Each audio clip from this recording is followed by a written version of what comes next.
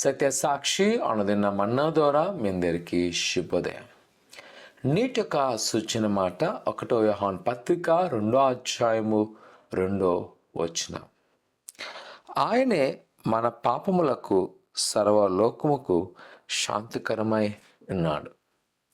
ప్రియకుమార కుమార్తె అపోసైన యోహాను గారి యొక్క పత్రికలు చాలా లోతైన అనుభవాలు ప్రభువైన యేసుక్రీస్తు కొరకు తెలియజేయబడుతుంటే, ఆయన యొక్క రాకడక ఉద్దేశము, ఆయన చేస్తున్న పరిచర్య యొక్క ఉద్దేశాలను మనము ఎక్కువగా లోతైన మర్మాలు తెలుసుకోగలం.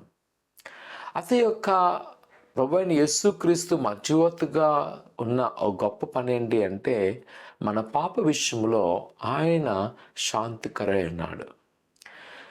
ప్రతి జీవితంలో కానీ చూస్తున్నట్లయితే శాపం అనేది మనం వింటూ ఉంటాం. మనం చేసిన దానికి ప్రతిఫలం మనం పొందుతూ ఉంటాం. అయితే ప్రభువైన యేసుక్రీస్తు చేసిన గొప్పతనం ఏంటంటే, మన దోషములను, మన అతిక్రమలను ఆయన మీదకు ఎట్టివేసుకున్నాను. మనం ఎంతో పాపిగా ఉన్నా ఆ పాపాన్ని బట్టి మనము అనుభవించకుండా, లేదా ఆ పాప భారం మన మీద పడకుండా ఆయన తన ప్రాణాన్ని అర్పించి మనకు శాంతికరంగా ఉన్నాడు. ఒక విధంగా ఆ ఉగ్రత రానివ్వకుండా, ఒకనొక సమయంలో చూసినప్పుడు దేవుని ఉగ్రతలోనే ప్రజలు మిద్యానీలకు అప్పగించబడ్డారు, ఫిలిస్తీన్లకు అప్పగించబడ్డారు, సిరియా ప్రజలకు, అష్షూరులకు, బబులోనులకు అప్పగించబడ్డారు. అయితే ఇప్పుడైతే ప్రభువైన యేసు మన కొరకు కాదు, ఈ లోక విషయమై ఆయన శాంతికరంగా ఉండి దేవుని ఉగ్రత మన మీద రానివ్వలేదు. అందుకనే ఈ దినాన మనం ఆయన్ను సంపూర్ణంగా ఆరాధించవలసినది. ప్రభువైన యేసుక్రీస్తు ఒకవేళ అనుకుంటూ ఆయన నమ్ముకోవడం వల్ల నాకు ఈ అద్భుతాలు జరిగాయని, కానీ ప్రాథమిక విషయాన్ని మర్చిపోతానంటే, ఆయన మన పట్ల శాంతికరం వహించడం వల్ల ఏ యొక్క దోషం మన మీద ఏర్పడలేదు. నాకు చాలా జ్ఞాపకము, మా తండ్రి గారు ప్రభువైన యేసుక్రీస్తును అంగీకరించలేనప్పుడు అనేకమైన శాప భారంతో ఉండేవాను.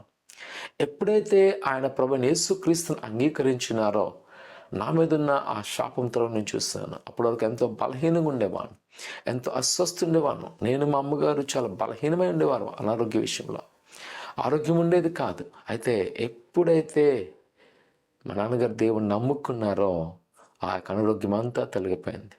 అన్నిటి మనం హాస్పిటల్ తిప్పినాం, కానీ అది శాపం వల్ల ఎవరికి ఏమీ నయం చేయలేని పరిస్థితి. ప్రభువైన యేసుక్రీస్తు నమ్మడం వల్ల ఆ దోషము, ఆ శాపం తొలగి ఆయన మాకు శాంతి అనుగ్రహించినాడు. ప్రియకుమార కుమార్తె ఒకవేళ ఈరోజు అనుకుంటా నాకే కార్యం జరిగింది, గమనించు, ఆ నీ పట్ల నా పట్ల ఒక గొప్ప కార్యము, విడుదల, విమోచన మనకు దయచేస్తున్నాడు. ప్రార్థన చేసుకుందాం. పరిశుద్ధుడా, ఘనమైన దేవా, నీ కొందాలు, నీ బిడ్డలైన వారిని మీ జ్ఞాపకం చేసుకొని నీ దీవెన, నీ ఆశ నింపండి. వారికి నా కొదులు, వారికి నా ఆటంకాలు తొలగించండి. నీ కృపాక్షములతో నింపండి. ఆయన ఎవరి పట్ల మీరు ఎలాంటి ఒక ప్రణాళిక కలుగున్నారో వాటిని మీరు సంపూర్ణంగా నెరవేర్చమంటున్నా దేవా, నీ కొందాలు.